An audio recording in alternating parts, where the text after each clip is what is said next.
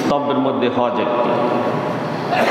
মহান আল্লাহ সুবহানাহু ওয়া তাআলা সূরা আল ইমরানের 97 নম্বর আয়াতে ইরশাদ করেছেন, ওয়ালিল্লাহি আলান নাসি হিজ্জুল বাইতি মান ইসতাতা ইলাইহি সাবিলা ওয়া মান কাফারা ফা ইন্নাল্লাহা গানিয়্যুন আনিল আলামিন।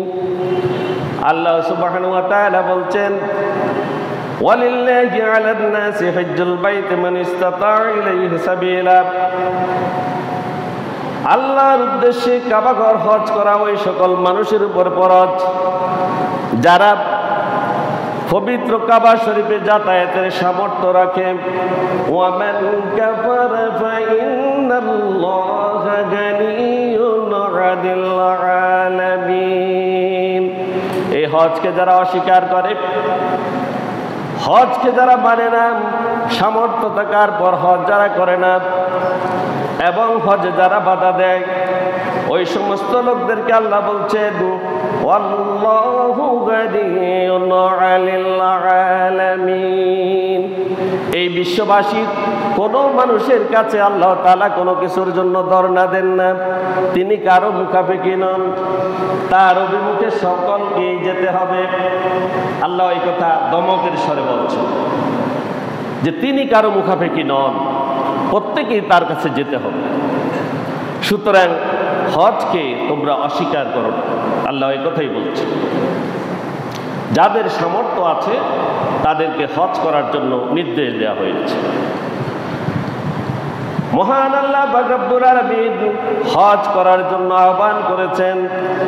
মহান আল্লাহ সুবহানাহু ওয়া তাআলা সূরা হজের 27 নং আয়াতে আরো ইরশাদ করেছেন, ওয়াআযযিন ফিন নাসি বিল হজ্জি ইয়াতুকা রিজালাও ওয়া আলা কুল্লি দামিরিন ইয়াতিনা মিন কুল্লি ফাজ্জিন আমিক। আল্লাহ সুবহানাহু ওয়া তাআলা যখন হজ্জের বিধান যখন চালু করেন হযরত ইব্রাহিম আলাইহিস সালামের মাধ্যমে, তখন হযরত ইব্রাহিম আলাইহিস সালামকে আল্লাহ তাআলা আদেশ করলেন, ওয়াআযিন, হে ইব্রাহিম তুমি ঘোষণা দাও, ফিন নাস, মানুষের মধ্যে, এই মানব জাতির মধ্যে তুমি ঘোষণা করে দাও, বিল হজ্জ, কিসের? হজের ঘোষণা করে দাও। ইয়াতুকা, তারা সেখানে আসবে, তোমার কাছে চলে আসবে, হজ করার জন্য তারা আসবে, রিজালান, পায়ে হেঁটে। কিভাবে আসবে? পায়ে হেঁটে। পায়ে হেঁটে কারা আসবে? যারা মক্কার কাছাকাছি, কাবা ঘরের কাছাকাছি যারা বসবাস করে, যারা এই কাবাতে হেঁটে আসার সামর্থ্য রাখে, তারা হেঁটে এই কাবাতে তাওয়াফ করার জন্য আসবে।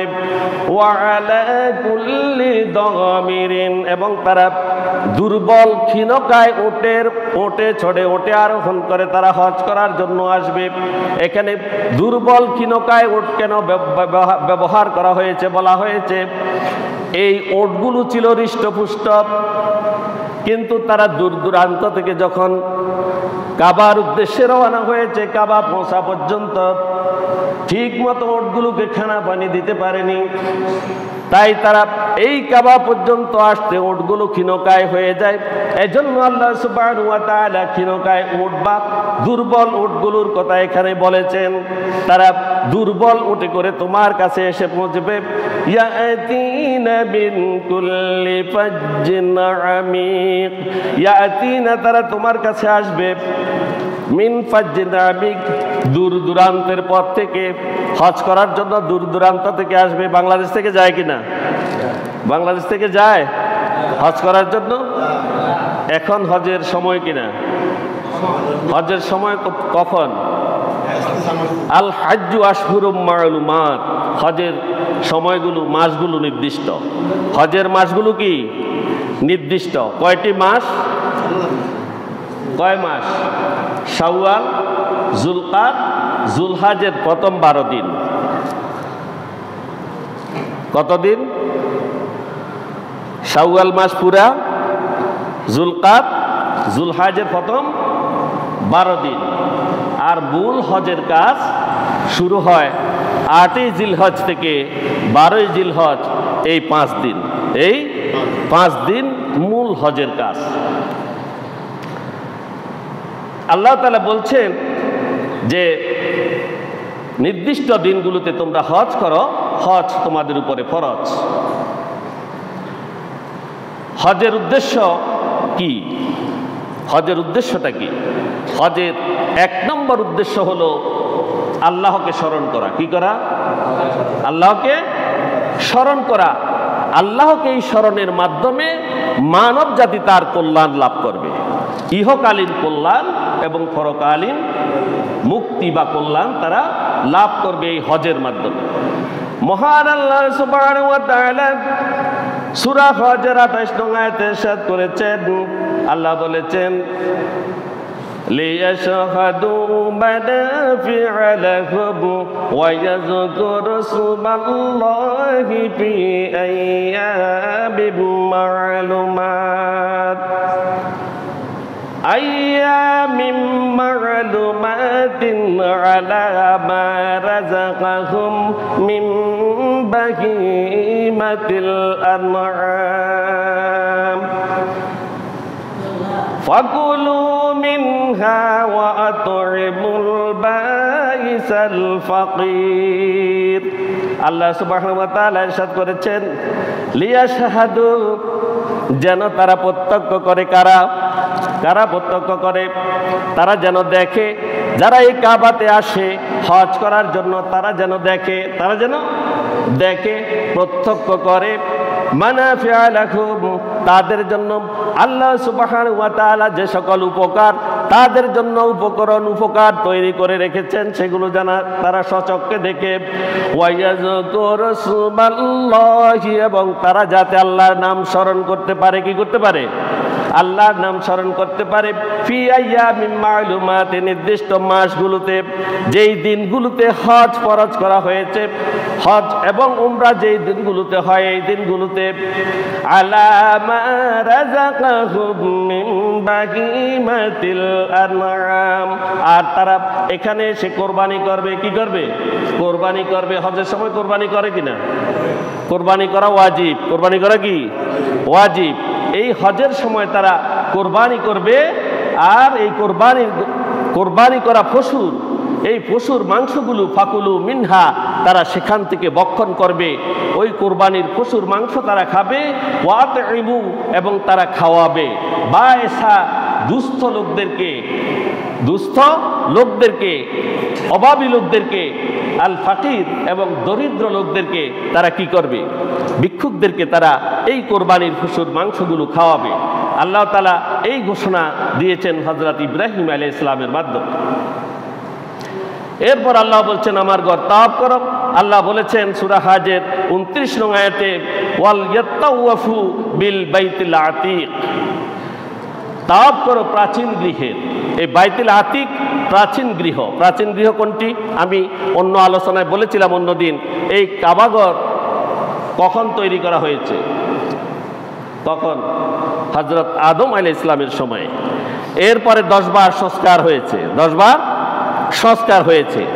হজের আনুষ্ঠানিক উদ্বোধন হয়েছে হযরত ইব্রাহিম আলাইহিস সালাম থেকে, হযরত ইব্রাহিম আলাইহিস সালাম থেকে। এবং এই ঘরকে প্রাচীন ঘর হিসেবে আখ্যা দিয়ে আল্লাহ সুবহানাহু ওয়া তাআলা বলেছেন এই প্রাচীন গৃহের তোমরা কি করো? তাওয়াফ করো। তাওয়াফ করা কি? ফরজ। তাওয়াফ করা কি? আল্লাহর ঘরের তাওয়াফ করা ফরজ। হজের ফরজ কয়টি? 3টি। হজের ফরজ কয়টি? 3টি। এটা আমরা বলছি। এখানে আতিক শব্দ ব্যবহার করেছেন আল্লাহ তাআলা। এই শব্দটি দ্বারা আল্লাহ তাআলা 3টি মাহাত্ম্য বুঝিয়েছেন। একটা হচ্ছে এই ঘরটি অত্যন্ত প্রাচীন এবং পুরাতন। দ্বিতীয় বলা হচ্ছে স্বাধীন, তথা যার উপর কোনো মালিকানা নেই। এই ঘরের কোনো মালিক নেই, কোনো মালিক নেই। এখানে কেউ অভিভাবকত্ব ফলাতে পারবে না। এই ঘরের কোনো অভিভাবক নেই। আমি অন্য দিন আলোচনা বলেছি এই ঘরের অভিভাবক হচ্ছেন যারা মুত্তাকি, যারা মুত্তাকি আল্লাহকে ভয় করে তারা। আবু জাহেল, আবু লাহাব তারা রাসূল সাল্লাল্লাহু আলাইহি সাল্লামকে মক্কা থেকে বিতাড়ন করে মদিনায় তারা এই ঘরের মালিক হয়ে গিয়েছিল, অভিভাবক হয়ে গিয়েছিল। আল্লাহ তাআলা তাদের অভিভাবকত্ব ক্যান্সেল করে দিয়ে রাসূল সাল্লাল্লাহু আলাইহি সাল্লামকে এবং ঈমানদারদেরকে এই ঘরের অভিভাবক বানিয়েছিলেন, ঠিক কিনা? বানিয়েছেন, সেই কথাই বলছে এখানে। এই আতিক শব্দ দ্বারা বলা হচ্ছে এই ঘরটি সম্পূর্ণ স্বাধীন এবং এটার কোনো মালিকানা নেই, এটার মালিক একমাত্র কে? আল্লাহ সুবহানাহু ওয়া তাআলা। তৃতীয় বলা হচ্ছে এটি হচ্ছে সম্মানিত এবং মর্যাদাপূর্ণ। এই বাইতুল আতিক মানে সম্মানিত এবং মর্যাদাপূর্ণ এই ঘরটি। এই ঘরের মাহাত্ম্য এই আতিক শব্দ ব্যবহার করে এই তিনটি কথা বোঝানো হয়েছে। এরপরে আল্লাহর এই হজের উদ্দেশ্য হচ্ছে গুরুত্ব দিয়ে বলেছেন আল্লাহ নিদর্শনের প্রতি তারা হাজিরা সম্মান প্রদর্শন করবে। কি করবে? সম্মান প্রদর্শন করবে। আল্লাহ সুবহানাহু ওয়া তাআলা সূরা হজের 30 নং আয়াতে বলেছেন যালিকা ওয়া মান ইউআজ্জিমু হুরুমাতিল্লাহি ফাহুয়া খায়রুল লাহু ইনদা রাব্বিহ। আল্লাহ তাআলা বলেছেন যালিকা, এটাই হচ্ছে বিধান, ওইটাই হচ্ছে বিধান। ওয়া মান ইউআজ্জিম হুরুমাতিল্লাহ, অতএব কেউ যদি আল্লাহর নির্ধারিত পবিত্র অনুষ্ঠানগুলোকে যদি সম্মান করে থাকে, খায়রুল লাহু ইনদা রাব্বিহি, তবে তার জন্য তার প্রতিপালকের নিকট হবে অতি উত্তম। যদি আল্লাহর ঘরের নির্ধারিত পবিত্র অনুষ্ঠানগুলোকে যদি সে সম্মান করে, তাহলে তার সম্মান কার কাছে রয়েছে? কার কাছে? আল্লাহর কাছে রয়েছে। আল্লাহ সে কথা বলছেন। এবং সে হচ্ছে যে এই ঘর, এই স্থাপনাগুলোকে, এই অনুষ্ঠানগুলোকে সম্মান করবে, আল্লাহর কাছে সে হচ্ছে উত্তম ব্যক্তি। সে হচ্ছে কি? উত্তম ব্যক্তি। আল্লাহ সে কথা বলছেন। সম্মানিত হাজিরিন, হজ্জের বিধিবিধান কিছু আছে কিনা? আছে। আমরা আজকে সেগুলো নিয়ে বাকি সময় আলোচনা করব যতটুকু পারি ইনশাআল্লাহ। হজের জন্য দিনগুলো নির্ধারিত আল্লাহ সুবহানাহু ওয়া তাআলা বলেছেন সূরা বাকারার 197 নম্বর আয়াতে, আল হাজ্জু আশহুরুম মা'লুমাত, হজের দিনগুলো নির্দিষ্ট। এটা আগেই বলেছি, হজের দিন নির্দিষ্ট। তবে মূল হজ হচ্ছে 5 দিন। কয় দিন? 5 দিন। 8ই জিলহজ থেকে 12ই জিলহজ, মোট 5 দিন। আর বাকিগুলো আনুষ্ঠানিকতা আছে, ওমরা আছে এবং সেখানে অনেকগুলো কাজ আছে। হজের মোট এই 5টি দিন নির্ধারিত ফরজ। আর এই হজগুলো আমরা কি হিসাবে গণনা করব? আল্লাহ সে কথা কোরআনে বলেছেন কিনা? কিভাবে গণনা করব আমরা হজের দিনগুলো? কিভাবে? সূর্যের সৌর বৎসর হিসাব করে, না চাঁদের হিসাব করে? কিসের? আরবি মাসগুলো কিসের হিসাবে হয়? চাঁদের হিসাবে। আল্লাহ রাব্বুল আলামিন তার রাসূলকে জানিয়ে দিচ্ছেন, সূরা বাকারার 189 নং আয়াতে ইরশাদ করেছেন, ইয়াসআলুনাকা আনিল আহিল্লা কুল হিয়া মাওয়াকিতু লিন-নাসি ওয়াল হজ। আল্লাহ সুবহানাহু ওয়া তাআলা বলেছেন, ইয়াসআলুনাকা, হে নবী, তারা আপনাকে প্রশ্ন করবে, আনিল আহিল্লা, এই নতুন চাঁদ সম্পর্কে। কি সম্পর্কে? এই নতুন চাঁদ সম্পর্কে। চাঁদ সম্পর্কে তারা আপনাকে জিজ্ঞেস করছেন। কুল হিয়া মাওয়াকিতু লিন-নাসি ওয়াল হজ, হে নবী, আপনি তাদেরকে বলে দেন এগুলো হচ্ছে মানুষের জন্য এবং হজের জন্য সময় নির্ধারক। হজের জন্য সময় নির্ধারক। এই হজের সময় নির্ধারণ করে কে? চাঁদ। কে নির্ধারণ করে? চাঁদ নির্ধারণ করে।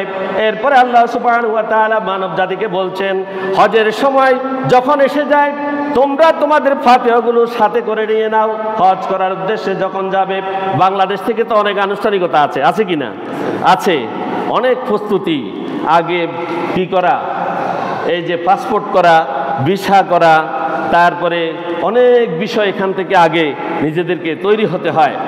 এখানে আল্লাহ সুবহানাহু ওয়া তাআলা বলেছেন, ওয়াতাযাওয়াদু ফাইন্না খায়রুজ যাদিত তাকওয়া ওয়াত্তাকুন ইয়া উলিল আলবাব। আল্লাহ সুবহানাহু ওয়া তাআলা বলেছেন ওয়াতাজাওয়াদু, তোমাদের সম্বল কম্বল যাহা কিছু আছে তোমরা সব পাথেয়গুলো তোমাদের সাথে করে নিয়ে নাও। ফা ইন্না খায়রাজ যাদিত তাকওয়া, যতগুলো সম্বল এই বাংলাদেশ থেকে তোমরা কাবার উদ্দেশ্যে নিয়ে যাবে সবগুলোর মধ্যে উত্তম হচ্ছে তাকওয়া। সবগুলোর মধ্যে উত্তম কি? এক নম্বর কি? তাকওয়া। তাকওয়া কি? আল্লাহর ভয়। কি? আল্লাহর ভয়। নিজেকে একনিষ্ঠ আল্লাহর জন্য ঘোষণা করে নিজেকে সমস্ত পাপ পঙ্কিলতার ঊর্ধ্বে উঠে আল্লাহকে ভয় করে কাবার জন্য মনস্থির করতে হবে, ঠিক কিনা? এটা হচ্ছে এক নম্বর ফাতেহ, এক নম্বর তাকওয়া মানুষের। ওয়াত্তাকুনি ইয়া উলিল আলবাব, আল্লাহ তাআলা জ্ঞানী যারা তাদেরকে উদ্দেশ্য করে বলেছেন হে জ্ঞানীগণ তোমরা একমাত্র ভয় করো আমাকে। কাকে ভয় করতে হবে? কাকে? তখন যদি আর কারো ভয় থাকে হজ হবে নি? হবে। কার উদ্দেশ্যে রওনা হচ্ছে? আল্লাহর উদ্দেশ্যে। ভয় করবে কাকে? আল্লাহকে। সেখানে তো অনেকগুলো কাজ করা যাবে না। সম্মানিত হাজিরিন, আমরা আলোচনা করছি হজের কয় ফরজ? 3 ফরজ। হজের ফরজ কয়টি? 3টি। আপনারা ভালো করে শুনেন। এক নাম্বার হচ্ছে ইহরাম বাঁধা। ইহরাম বাঁধা বা হজের আনুষ্ঠানিক নিয়ত করা। হজের আনুষ্ঠানিক নিয়ত করা বা ইহরাম বাঁধা। ইহরাম বাঁধলে কি হয়? ইহরাম বাঁধলে কি হয়? ইহরাম বাঁধলে এই দুনিয়ার সকল কাজ হারাম হয়ে যায়। সকল কাজ, সব কিছু হারাম। শুধুমাত্র একটা অনুমোদন আছে, সেটা হইল আল্লাহ যে সকল অনুষ্ঠানের কথা বলেছেন তা পালনের নিমিত্তে মক্কার উদ্দেশ্যে রওনা হওয়া এবং সেগুলো সমাপ্ত করা পর্যন্ত, ফিরে আসা পর্যন্ত ফাতেও থাকবে একমাত্র আল্লাহর সাথে। কে থাকবে? আল্লাহ এবং তার ভয়। এই ইহরাম বাঁধার পূর্বে আমাদেরকে কিছু কাজ করতে হবে। আল্লাহ সুবহানাহু ওয়া তাআলা উদ্দেশ্যে যখন যাচ্ছি পাক পবিত্র কাবা তাওয়াফ করার জন্য, সেখানে প্রথমে আমাদেরকে কিছু পরিচ্ছন্নতা দরকার আছে কিনা? পরিচ্ছন্নতা প্রয়োজন আছে কিনা? এত বড় গোপ নিয়ে যায়নি কেউ, দেখছেন নি? বড় গোপ, গোপ এটা ছাড়তে হবে, ছাড়ি ফেলতে হবে, কাটি ফেলতে হবে। তারপরে গোপ বা মোষ, মোষ বা গোপ যেটা আমি যদি বুঝি থাকেন। তারপরে হাতের নখ রাখে, অনেকে শখ করে বাঘের মতো, এই নখ থাকতে পারবে না। এছাড়া শরীরের বিভিন্ন গোপনাঙ্গে যে সকল চুল আছে এগুলো কি করতে হবে?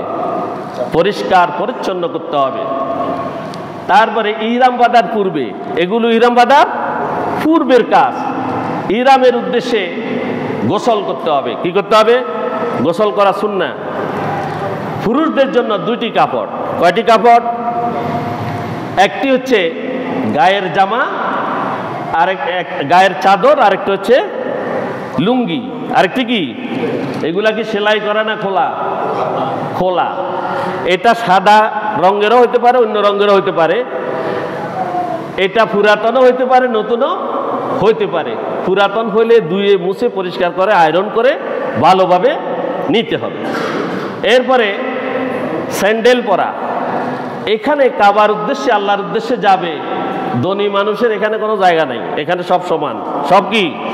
সমান। আল্লাহর কাছে সব সমান।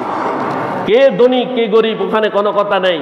এটা হচ্ছে এই বিশ্ব মুসলিমের মিলন সম্মিলন কেন্দ্র, বিশ্ব মুসলিমের সম্মিলন কেন্দ্র। এখানে মুসলিম এক নাম, মুসলিমেরা যাবে। সেখানে কে ধনী কে গরিব এগুলো কোনো কথা নেই। সবাই সেখানে স্যান্ডেল পরে যাবে। কি পরে যাবে? পায়ের উপরের তালুর যে উপরে উঁচু অংশ আছে এটা দেখা যেতে হবে। পায়ের পাতার উপরের অংশ খোলা থাকবে। মহিলাদের স্বাভাবিক পোশাক করতে হবে, পর্দা করতে হবে। সব গোড়ার মধ্যে কোনো দোষ নেই, তারা পর্দা করবে। আর সুগন্ধি লাগাবে খালি গায়ে। মনে রাখতে হবে এহরাম বাঁধার পরে ওই এহরামের মধ্যে সুগন্ধি ব্যবহার করা যাবে না। এহরাম বাঁধার আগে গায়ে সুগন্ধি মাখা যাবে। এরপরে বলা হচ্ছে 2 রাকাত নফল নামাজ পড়া সুন্নাহ। 2 রাকাত নফল নামাজ পড়া কি সুন্নাহ। এমন সময় পড়তে হবে, 3টা নিষিদ্ধ সময় আছে। কয়টা নিষিদ্ধ সময়? 3টা। সূর্য উদয়ের সময়, সূর্য ঠিক মাথার উপরে, এবং অস্ত যাওয়ার সময়। এই 3 সময় নামাজ পড়া কি হারাম। এই হারাম সময় এটা মনে রাখতে হবে, এই সময় যেন নফল পড়া না হয়। পুরুষের মাথায় টুপি অথবা অন্য কোনো পাগড়ি থাকলে সেগুলো খুলে ফেলতে হবে, সেগুলো সব খুলে ফেলতে হবে। এরপরে এহরাম পরে তালবিয়া পাঠ করবে। কি করবে? তালবিয়া। লব্বাইক আল্লাহুম্মা লব্বাইক লব্বাইক লা শারীকা লাক লব্বাইক ইন্নাল হামদা ওয়ান নি'মাতা লাক ওয়াল মুলক লা শারীকা লাক। এই তালবিয়া পাঠ করবে। এরপরে সে এহরাম বেঁধে ফেললো, হজের 1 নম্বর কাজ সম্পাদন করলো। কি করলো? হজের 1 নম্বর কাজ সম্পাদন করলো। দ্বিতীয় নম্বর ফরজ হচ্ছে 9 জিলহজ সূর্য পশ্চিম দিকে ডলে পড়ার পর থেকে 10 জিলহজ ফজরের পূর্ব পর্যন্ত আরাফার ময়দানে অবস্থান করতে হবে। এটাকে উকুফে আরাফা বলা হয়। আরাফায় অবস্থান করবে 2 নম্বর। তৃতীয় নম্বর হচ্ছে 10 জিলহজের ভোর থেকে 12 জিলহজ পর্যন্ত যে কোনো দিন তাওয়াফে জিয়ারত করবে। কি করবে? তাওয়াফে জিয়ারত করবে। এই 3টা কি ফরজ। তো এহরাম করার পরে কি কি কাজ নিষিদ্ধ? 1 নম্বর, আমরা যখন এহরাম বেঁধে ফেললাম তখন আমরা কি করব? মহান আল্লাহ সুবহানাহু ওয়া তাআলা সূরা বাকারার 197 নং আয়াতে ইরশাদ করেছেন, আল হাজ্জু আশহুরুম মা'লুমাত ফামান ফারাদা ফীহিন্নাল হাজ্জ ফালা রাফাসা ওয়ালা ফুসুকা ওয়ালা জিদালা ফিল হজ্জ ওয়ামা তাফআলু মিন খাইরি ইয়া'লামুহুল্লাহ ওয়া তাযাওয়াদু ফাইন্না খাইরাজ যাদি তাকওয়া ওয়াত্তাকুনি ইয়া উলিল আলবাব। আল্লাহ তাআলা বলছেন, আল হাজ্জু আশহুরুম মা'লুমাতুন, হজের মাসগুলো হচ্ছে নির্দিষ্ট। ফামান ফারাদা ফীহিন্নাল হজ, যে ব্যক্তি এই কাবা ঘরে যদি হজ করার সংকল্প করে থাকে, ফালা রাফাসা ওয়ালা ফুসুকা ওয়ালা জিদালা ফিল হজ, ফালা রাফাসা, সে কোনো যৌন সম্ভোগে লিপ্ত হবে না, স্বামী স্ত্রী তারা সহবাসে লিপ্ত হবে না। দ্বিতীয় নম্বর হচ্ছে ওয়ালা ফুসুকা, কোনো অন্যায় কাজ, কোনো দুষ্কর্মতে সে জড়িয়ে পড়বে না। ওয়ালা জিদালা ফিল হজ, এবং তারা হজের মধ্যে কোনো কলহ বিবাদ সৃষ্টি করবে না। আল্লাহ সে কথাই বলছেন, ওয়ামা তাফআলু মিন খাইরি ইয়া'লামুহুল্লাহ, আর তোমরা যে কোনো সৎকর্ম করো কিনা এই বিষয়ে আল্লাহ সুবহানাহু ওয়া তাআলা সব কিছু জানেন। জানেন কিনা? সৎকর্মশীলদের প্রত্যেক কথা জানেন, এবং অসৎকর্ম যারা করে সে বিষয়েও আল্লাহ জানেন কিনা? জানেন। এজন্য এই 3টি কাজের কথা নিষেধ করা হয়েছে এই আয়াতে। এতে আরো বলা হচ্ছে যে এহরাম বাঁধা অবস্থায় শুধু যৌন সম্পর্ক নিষিদ্ধ, শুধু এই কথা নয়, বরং এর প্রতি আকৃষ্ট করা, স্ত্রীকে আকৃষ্ট করা এদিকে, অথবা এই বিষয়ে কথাবার্তা বলা, এটাও ঠিক নয়, এটাও ঠিক নয়, এটাও নিষেধ করা হয়েছে। এরপরে সাধারণ অবস্থায় কোনো গুনাহের কাজে লিপ্ত হওয়া তো পাপ, ঠিক কিনা?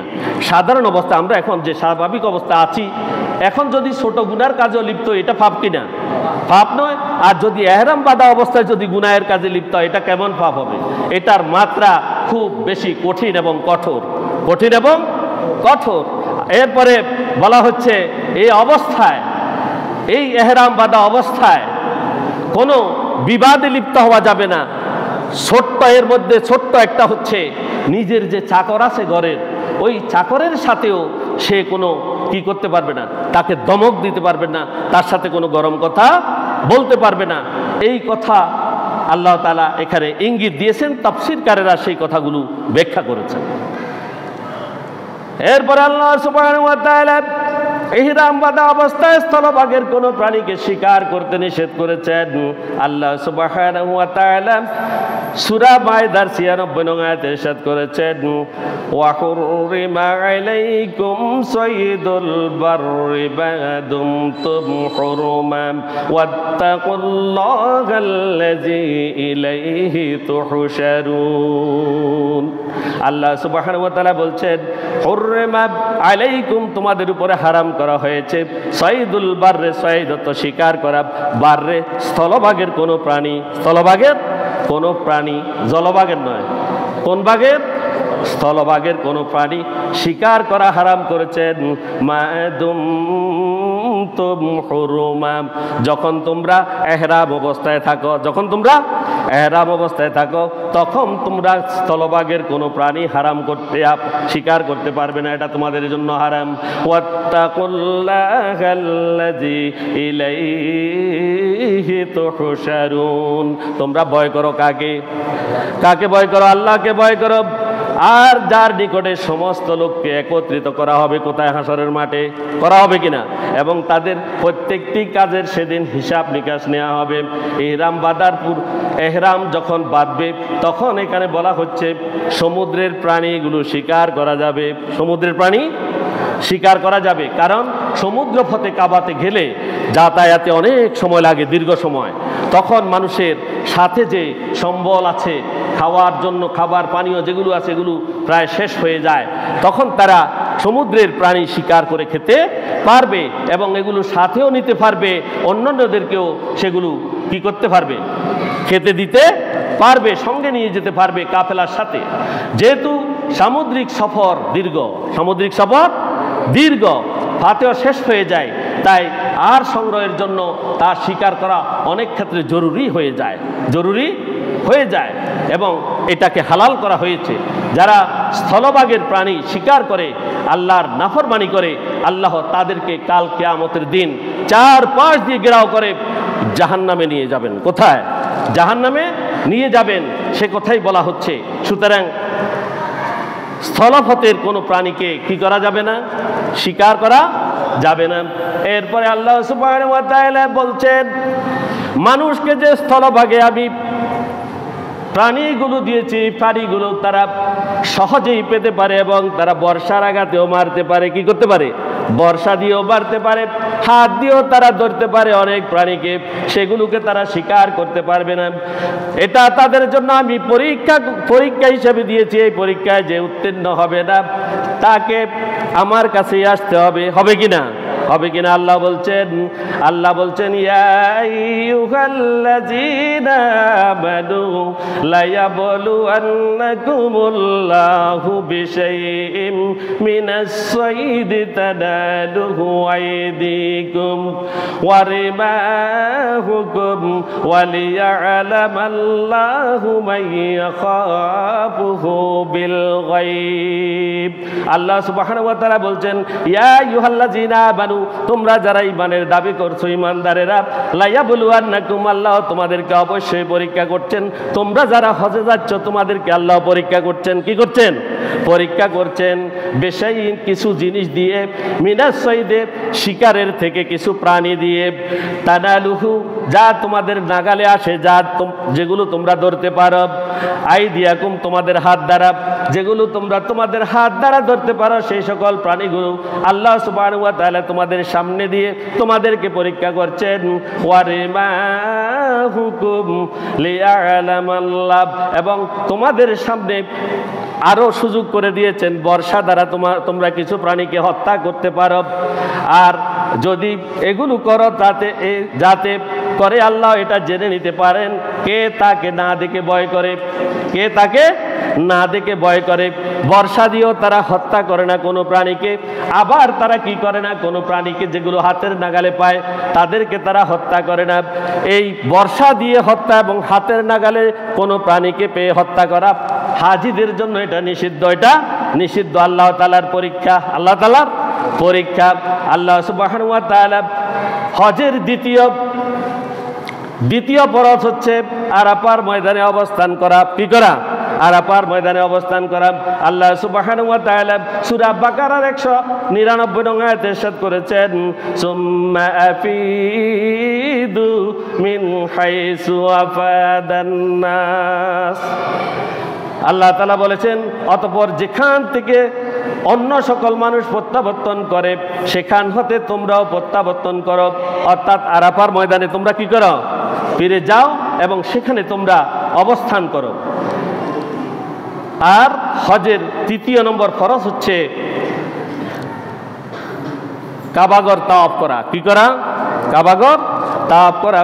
আল্লাহ সুবহানাহু ওয়া তাআলা সূরা হজের 29 নং আয়াতে বলেছেন, ওয়ালিয়াতাওয়াফু বিল বাইতিল আতীক। আল্লাহর এই প্রাচীন গৃহের তোমরা তাওয়াফ করো। এরপরে আছে কি? হজের কিছু ওয়াজিব আছে। হজের কিছু ওয়াজিব আছে। এতক্ষণ যেগুলো বললাম এগুলো হচ্ছে ফরজ। হজের কি? ফরজ।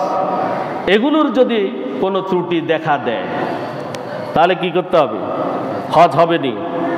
এই 3টার একটা যদি না হয় হজ হবে নি? হবে না। কিন্তু ওয়াজিবের ক্ষেত্রে কোরবানি দিলে কি হয়ে যায়? শুদ্ধ হয়ে যায়। ওয়াজিবের ক্ষেত্রে কোরবানি দিলে শুদ্ধ হয়ে যায়, দম দিতে হয় আর কি বলা হয়। আল্লাহ সুবহানাহু ওয়া তাআলা হজের ওয়াজিবগুলো 9টি। এখানে রাসূল সাল্লাল্লাহু আলাইহি ওয়াসাল্লামের হাদিস এবং কোরআনে উল্লেখিত অনেকগুলো আছে। আমরা 9টিকে এখানে নিয়ে এসেছি। 1 নম্বর হচ্ছে মিকাতের আগে ইহরাম বাঁধা। মিকাত কি? মিকাতটা কি?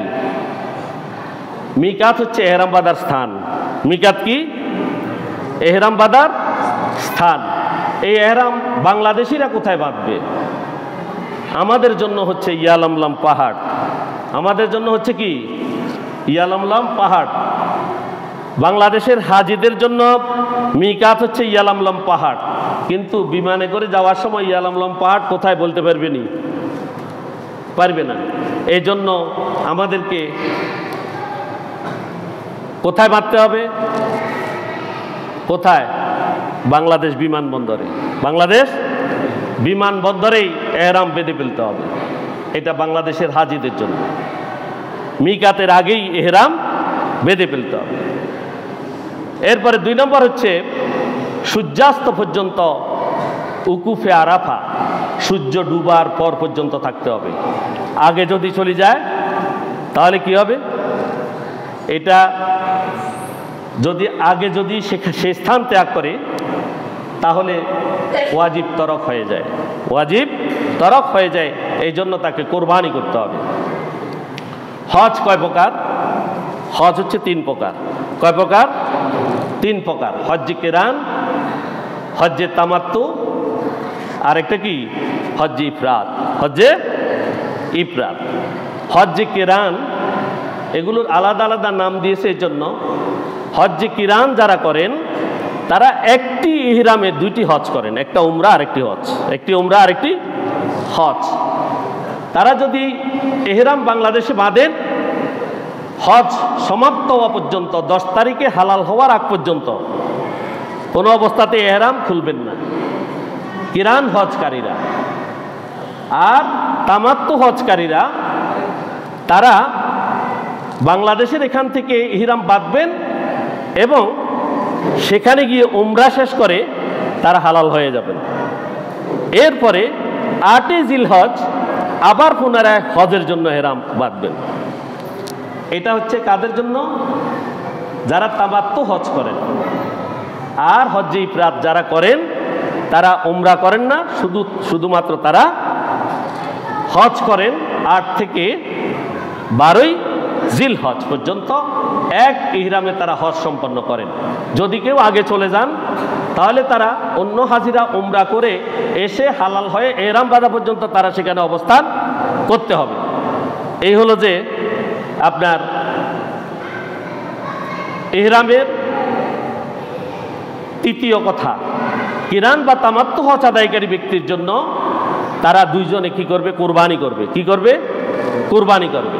4র্থ নম্বর হচ্ছে সাফা মারওয়া সাই করবে। স্টার্ট করবে সাফা পাহাড় থেকে আর শেষ হবে কোথায়? মারওয়াতে। প্রতিটি ইয়ের মধ্যে, সাইয়ের মধ্যে তিনি সাফা পাহাড়ে এবং মারওয়া পাহাড়ে, উভয় পাহাড়ে তিনি ইস্তিগফার পড়বেন এবং উভয় জায়গাতে তিনি তাসবিহ তাহলিল পাঠ করবেন। মাঝখানে সবুজ বাতির একটি জায়গা আছে, ওই জায়গাটাতে তিনি কি করবেন? দৌড়ে যাবেন। পুরুষেরা দৌড়ে যাবেন, নারীরা দৌড়ে যাওয়ার দরকার নেই, পুরুষেরা সেখানে দৌড়বেন। সেটাই হচ্ছে সাই করা, সাই করবেন। এরপরে মুজদালিফায় উকুফ বা অবস্থান করবেন। মুজদালিফার বিষয়ে আল্লাহ তাআলা কুরআনুল কারীমে বলেছেন, ফাইজা আফাদতুম মিন আরাফাতিন ফাযকুরুল্লাহ ইনদাল মাশআরিল হারাম ওয়াজকুরুহু কামা হাদাকুম ওয়া ইন কুনতুম মিন ক্বাবলিহি লামিনাদ দাল্লিন। এখানে মুজদালিফায় অবস্থান করা সম্পর্কে আল্লাহ তাআলা উল্লেখ করেছেন। আমরা আলোচনার সময় বেশি নেই, এই জন্য দ্রুত আগাচ্ছি। মুজদালিফায় অবস্থান করা ওয়াজিব। তারপরে তাওয়াফে জিয়ারত আইয়ামে নহরের বা কোরবানির দিনের মধ্যে সম্পাদন করতে হবে। এরপরে রমি বা কঙ্কর নিক্ষেপ করা। এই রমিটা কি? রমি ওই শয়তানের জমরা আছে না, ওই জমরাতে কঙ্কর নিক্ষেপ করাটাকে বলা হয় রমি। এই রমির এখানে কিছু ভুল আমাদের হয়ে যায়, সেই কথাগুলো। জমরা আছে কয়টা? 3টা। জমরায়ে আকাবা বা উখরা বা কুবরা এটাকে বলা হয়। এটা 10ই জিলহজে ওই জমরাতে 7টা কঙ্কর নিক্ষেপ করতে হয়। কাকে?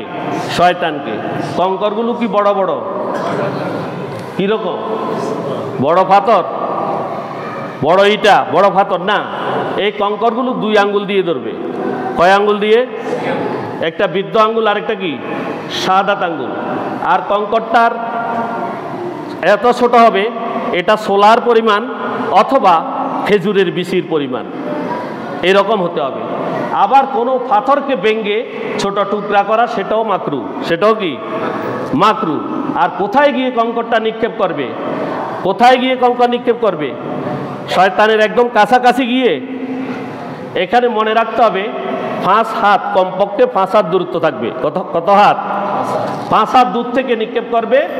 এবং কেউ যদি নিক্ষেপ করতে না পারে, অন্যজনকে যদি নিক্ষেপ করতে দেয়, তাহলে তিনি কি করবেন? আগেরটা অক্ষম হইলে, তাও কি হলে? অক্ষম হইলে। কেউ মারতে নিক্ষেপ করতে, সেখানে তো লোকের ভিড়, কেউ অক্ষম শারীরিকভাবে, সে পারছে না, বললো আমার কঙ্করগুলো আপনি মেরে দেন, তখন আপনি মারতে পারবেন যদি উনি অক্ষম হন। আর প্রথমে আপনি আপনারগুলো নিক্ষেপ করবেন 7টা, তারপরে উনার 7টা, এইভাবে। তাহলে প্রথম 10ই জিলহজ 7টি কঙ্কর নিক্ষেপ করবেন জমরায়ে আকাবা বা উখরা বা কুবরা যেটা বলা হয়, ওই জায়গাতে, ওই শয়তানের এখানে। দ্বিতীয় হচ্ছে জমরাতুল উস্তা বা মধ্যম জমরা, সেখানে 7টি, সেটা 11 তারিখে নিক্ষেপ করতে হয়। আর জমরাতুল উলা, এটা হচ্ছে বা প্রথম জমরা, এখানে 12ই জিলহজ 7টি কঙ্কর নিক্ষেপ করতে হয়। এটাই হচ্ছে রমি করা বা কঙ্কর নিক্ষেপ করা। এরপরে হজের ওয়াজিব হচ্ছে মাথা মুন্ডানো বা চুল ছাটা। আগে রমি, পরে মাথা মুন্ডানো। রমিটা আগে করতে হবে।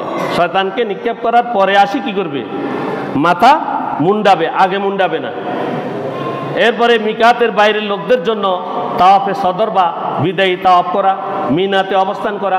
আল্লাহ সুবহানাহু ওয়া তাআলা কোরআনে কারীমে সবগুলো বর্ণনা করেছেন। সময়ের শাসনে আমি ছেড়ে দিচ্ছি। হজের কিছু সুন্নত আছে। মিকাতের বাইরের লোকদের মধ্যে যারা ইফরাদ বা কিরান হজ করেন, তাদের জন্য তাওয়াফে কুদুম বা আগমনী তাওয়াফ করা। তারপরে তাওয়াফে কুদুমে রমল করা। তারপরে তাওয়াফে রমল না করে থাকলে তাওয়াফে জিয়ারত অথবা বিদায়ী তাওয়াফে সেই রমলটা করে নেওয়া, সেই রমলটা বিদায়ী তাওয়াফে করে নেওয়া। ইমামের জন্য 3 স্থানে খুতবা প্রদান করা। আর 8ই জিলহজ দিবাগত রাতে মিনায় অবস্থান করা। 9ই জিলহজ সূর্যোদয়ের পর মিনা থেকে আরাফায় যাওয়া। আরাফাতের ময়দান থেকে ইমামের রওনা হওয়ার পর প্রত্যেকে রওনা হওয়া, ইমামের আগে কেউ না যাওয়া। আরাফার থেকে ফেরার পথে মুজদালিফায় প্রত্যেকে রাত্রি যাপন করা। আরাফায় প্রত্যেক হাজিকে গোসল করা, মিনার কাজকর্ম সম্পাদনকালে মিনায় রাত যাপন করা, মিনা থেকে ফেরার পথে মুহাসসার নামক স্থানে অল্প সময়ের জন্য হলেও অবস্থান করা, এগুলো হচ্ছে হজের সুন্নাত। তো আমাদের খেয়াল রাখতে হবে হজের ফরজ এবং ওয়াজিবগুলো, হজের ফরজ এবং ওয়াজিবগুলো এগুলোতে যাতে কোনো ত্রুটি না হয়। আল্লাহ আমাদের প্রত্যেককে আল্লাহর ঘর তাওয়াফ করার তৌফিক দান করুন, প্রত্যেক বড়ি আমিন। আমাদের হজগুলো যেন হজ্জে মাবরুর হয়, আল্লাহ আমাদের সেই তৌফিক দান করুন, প্রত্যেক বড়ি আমিন। ওয়া আখিরু দাওয়ানা আলহামদুলিল্লাহি রাব্বিল আলামিন। আসসালামু আলাইকুম ওয়া রাহমাতুল্লাহি ওয়া বারাকাতুহু।